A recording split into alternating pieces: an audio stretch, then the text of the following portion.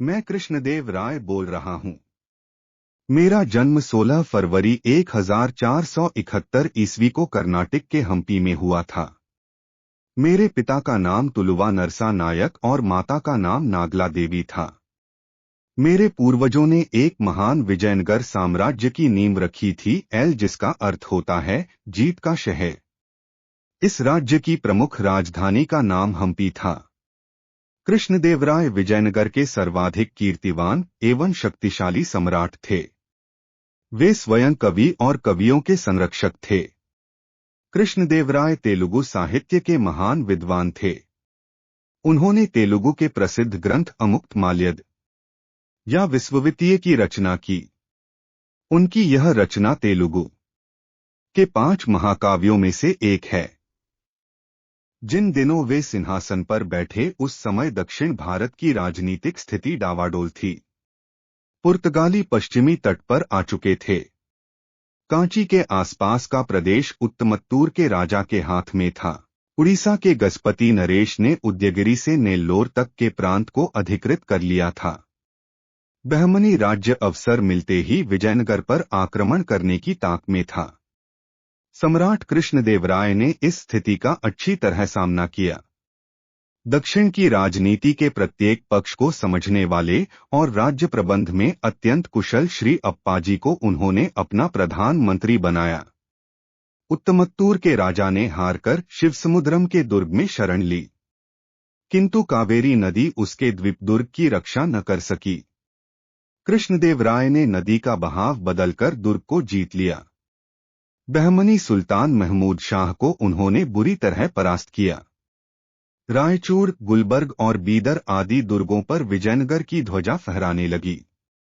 सम्राट कृष्णदेवराय ने अनेक प्रसादों, मंदिरों, मंडपों और गोपुरों का निर्माण करवाया। वे बीजापुर, गोलकोंडा, बहमनी सल्तनत और ओडिशा के गजपतियों के सुल्तानों को हराकर प्रायद्वीप के प्रमुख शासक बन गए और भारत के सबसे शक्तिशाली हिंदू शासकों में से एक थे।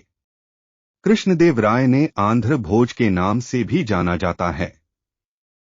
जब मुगल सम्राट बाबर उत्तर भारत के शक्तिशाली शासकों का जायजा ले रहा था, तो उसने कृष्णदेवराय को उपमहाद्वीप में सबसे शक्तिशाली, सबसे व्यापक साम्राज्य था। पुर्तगाली यात्री डोमिंगो पेस और डुआर्टे बारबोसा ने उनके शासनकाल के दौरान विजयनगर साम्राज्य का दौरा किया था। कई अवसरों पर राजा ने युद्ध की योजना को अचानक बदल दिया, जिससे एक हारी हुई लड़ाई जीत में बदल गई।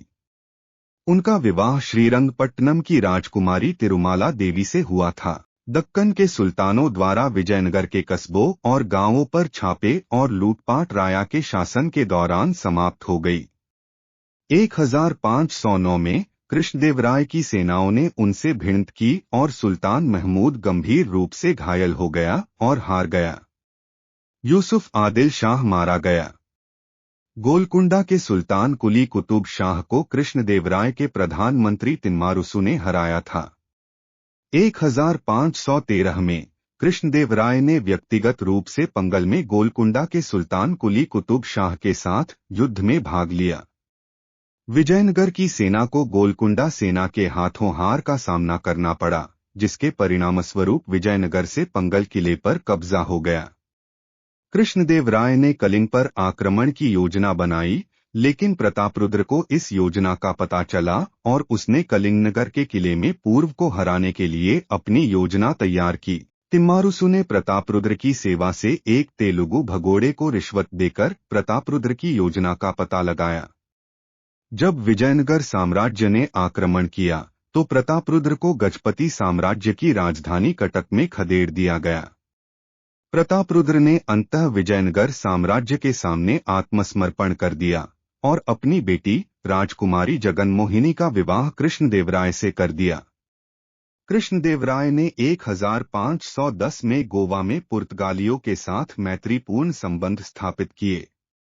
सम्राट ने पुर्तगाली व्यापारियों से बंदूकें और अरबी घोड़े प्राप्त किए। उन्होंने विजयनगर की राजधानी में पानी की आपूर्ति में सुधार के लिए पुर्तगाली विशेषज्ञता का भी उपयोग किया।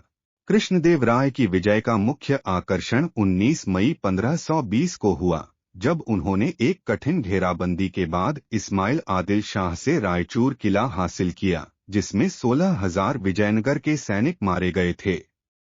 रायचूर की लड़ाई के दौरान पेम्मासनी नायकों के सैन्य कमांडर पेम्मासनी रामलिंगा नायडू के कारनामों की कृष्णदेवराय ने सराहना की और उनकी प्रशंसा की।